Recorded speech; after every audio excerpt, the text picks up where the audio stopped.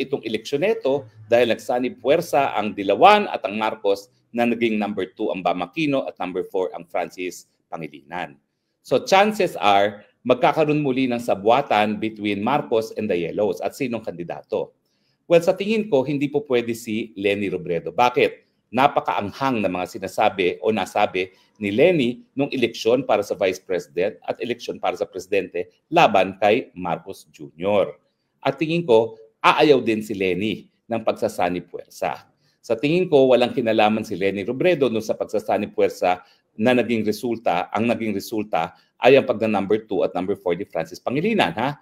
Pansinin niyo po ha, ang Bam Aquino hindi tumakbo sa ilalim ng Liberal Party. Bumuo siya ng sarili niyang partido. Ang tanging tumakbo sa ilalim ng Liberal Party ay ang Kiko Pangilinan.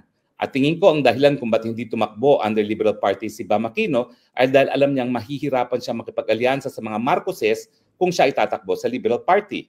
Kaya gumawa siya ng bagong partido, ewak ba ko ano yung pangalan ng partido niya. Pero yun ang partidong ginamit niya sa kanyang kandidatura at siya ituloy naging number 2. Number 2 kay Bongo. Pero yung pagiging number 1 naman ni Bongo ay patunay na talagang sa ngayon, hindi mo maietsepwera ang mga Duterte sa politika. At sila talaga ang dominant force ngayon.